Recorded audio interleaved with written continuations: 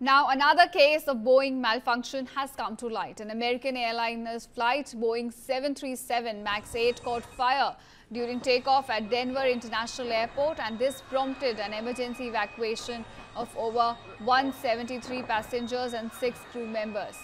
Now, viewers, passengers on board American Airlines flight AA3023 faced a harrowing experience on Saturday afternoon.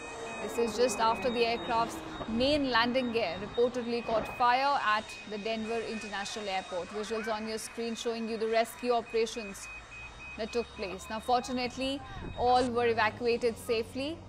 In fact, the incident, which occurred during the aircraft's attempted takeoff to Miami, prompted an emergency evacuation at the runway itself. Local fire and rescue teams responded quickly, and fortunately no serious injuries were reported. But again, a case that comes to light and raises concerns about aviation safety. Another Boeing scare coming to light from the Denver International Airport. Fortunately, no injuries have been reported in the case, and all 173 passengers and 6 crew members, they were evacuated very safely. Now, need to be mentioned in this case that the rescue agencies acted very swiftly.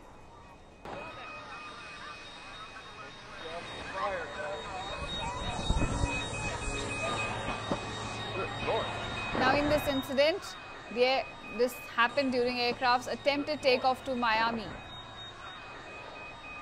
And this is when the aircraft's main landing gear reportedly caught fire at the Denver International Airport. Fortunately, no injuries reported, but the shocker does raise questions about the safety, and especially when it comes to Boeing.